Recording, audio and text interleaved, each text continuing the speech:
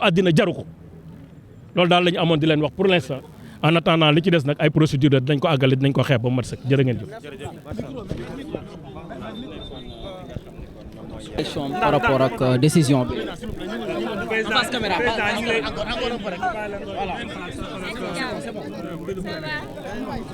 alors monsieur Bocoum ginnaaw Gadiaga jàll na ba pare lan mooy sa appréciation li nga xam ne mooy xew ni tey Sénégal. ñu ngi demander au président de la République mu jël ses responsabilités dafa am ko jug ne dafay effacer ñoo xamante ne dañu am contradiction par rapport ak moom kooku aujourd'hui il est inéligible te xam na ko kooku aujourd'hui mënul dellu Assemblée nationale parce que y a la jurisprudence de Barthélémy Diaz donc c'est quelqu'un qui erre et qui veut régler des comptes ñu ngi attirer l'attention du président de la République wax ko nag balaa muy dem toog bëgg na régler ay comptes et loolu waru ko accepter moom la réew mi fal na xam na ne ñun lu ñu gëm mooy yàlla mooy fal moom la réew mi fal na jël ay responsabilités parce que ce qui se passe là est inacceptable Badara li mu wax gënul ndaw lu Amadou Ba wax Amadou Ba a été félicité yéen ñëpp dégg ngeen ko ñu ne ko lu ngay def baax na li ngay def baax na waaye Badara dañ koy yóbbu kaso règlement de compte la depuis pas mal de mois ñu ngi ko topp di xool di seetaan ay émission di xool lan lañ koy dindil noonu la ñu def Abdou Nguer loolu la ñu def Moustapha Diakhaté noonu la ñu def Bachir Fofana noonu la ñu def ñooñu nga xam ne jàpp nañ leen ba pare donc il faut ngeen xam ne voilà kon nema voilà kon mu ngi noonu mel na ne réaction mujjul antu kon moom mi nga xam te ne moom di Thierno Bocoum par rapport ak li nga xam te ne moom la doon wax daan ñaawlu décision boobu nga xam te ne moom la ñu daal di jël ne dañ koy daal di kon voilà Thierno Bocoum mu ngi noonu xëy na dañ ko bëggoon a daal di jël mu yeggale li nga xam te ne moom moo di parole am waaye li ni mel mujjul antu police moom moo ko daal di tere kon wala moom moo sàkku ci moom ngir mu daal di fa yemale li nga xam te ne moo di kàddu yooyu le donc jamono ji police daa nekk kon di évacuer ñi nga xam te ne ñoom ñoo fi ñëwoon maanaam sympathisant yi nga xam te ne ñoo fi ñëwoon ngir taxawu kii nga xamante ne moom moo di Badara Gadiaga jàpp leen ne kon moom moomule jamono jile daal dinañ ko placé sous mandat de dépôt moom mi nga xam te ne moom moo di Badara Gadiaga kon jàppale ne jamono jile moom mi lee di Thierno wala bokk moom mi li nga xam te ne moom moo di Badara Gadiaga kon foofulee la daal di jëm maanaam dañ koy yóbbu ca la nga xam te ne moom moo di ca prison ginnaaw kon biñ ko daal di dégloo jamono jile nag dégg ngeen la réaction ñi nga xam te ne ñoom ñoo di ces avocats moom mi nga xamante ne kon ku si mel ne kii di maître Omar Youm ak ña nga xam te ne ñoom la àndal ci baro bi yëpp. ñoom ñi nga xamante ne kon mbokk yi voilà kon ñoom ñi nga xamante ne mbokk yi kon ñoom la àndal voilà ñu jéem a xool maître Baro peut-être ñu jéem a xool maître Baro moom également ñu amaat une autre réaction de kenn ci ñi nga xamante ne maître ñëwal tuuti. allons-y en français.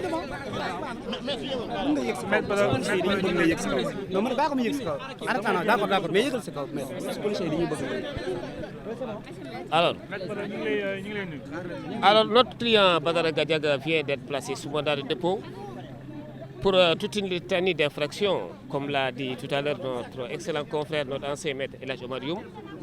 qui a raison sur toute la ligne. Et je précise qu'il est poursuivi pour diffusion de fausses nouvelles. Et poursuivi en même temps,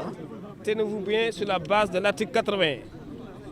qui parle de ceux ou celles qui auront reçu de l'argent de particuliers ou de sociétés en vue de discréditer les institutions de la République, ce qui n'est pas le cas. Et ici, il nous est donné l'occasion de le préciser, si besoin en est encore. Vous savez, Badara Gadiaga a un compte logé à ASEP. Alors, ASEP lui a octroyé un prêt dont il bénéficie. Et pour pouvoir accéder à cet argent, ASEP envoie via une plateforme qui s'appelle GSIE, qui le transfère via Orange Money à Badara Gadiaga. Mais écoute, de toutes les façons, comme vous et moi, il nous arrive souvent de recevoir dans nos comptes des envois de la part de proches ou de la part de personnes à qui on a rendu des services, car au-delà de son statut de chroniqueur, peut-être qu'il évolue dans d'autres domaines d'activité et de façon légale. C'est qu'il faut que vous reteniez qu'au départ, c'était la diffusion de fausses nouvelles qui avait été retenue. Et pour ça, c'est l'audience des flagrants délits. Malheureusement, on a eu à rajouter l'article 80, ce qui a fait que le doyen des juges d'instruction a été saisi. Et là, il n'a pas les coups de franche. Il ne peut que le placer sous mandat de dépôt, étant entendu que c'est toute une éternité d'infractions, aussi farfelues les unes que les autres, il faut le dire. Car à bien voir le dossier, ces déclarations, l'on ne voit pas en quoi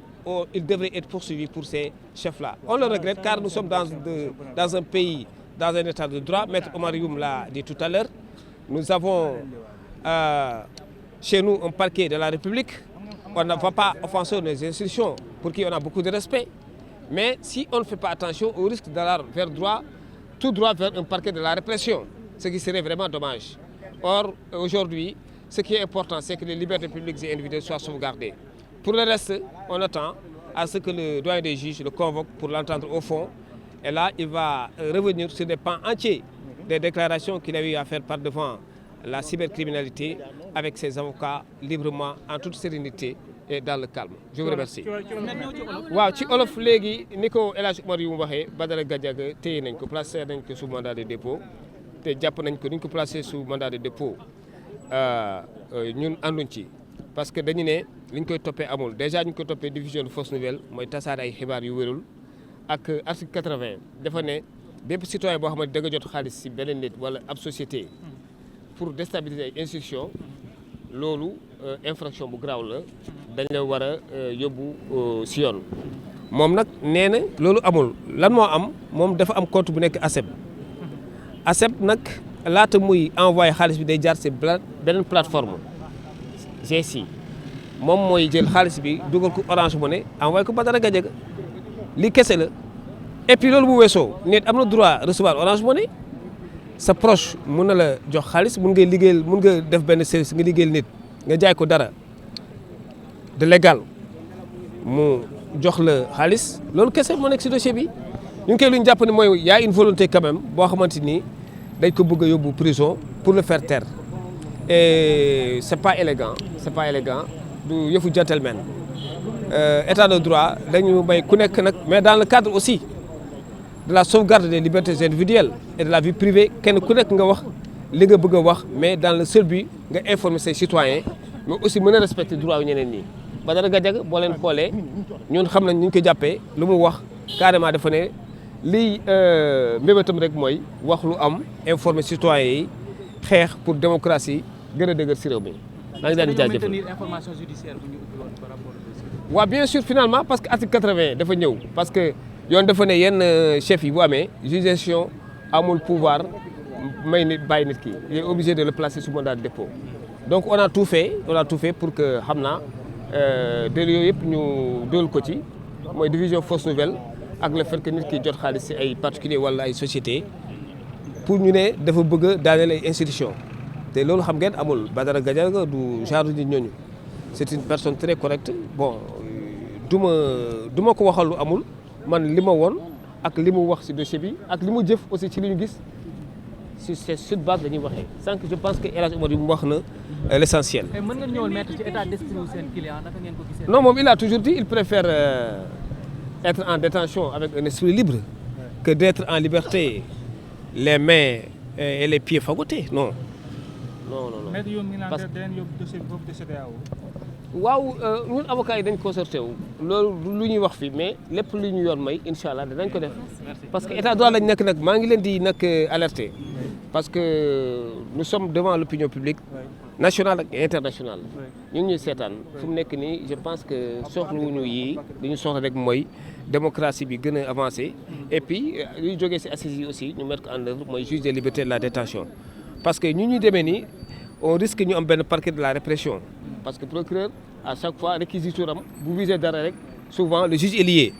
Or bu ñu amoon benn juge boo xamante ni day nekk juge de la liberté et de la détention dina mën a départager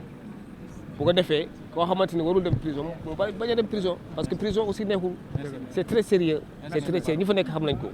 maa ngi leen di gërëm jaajëf kay merci beaucoup.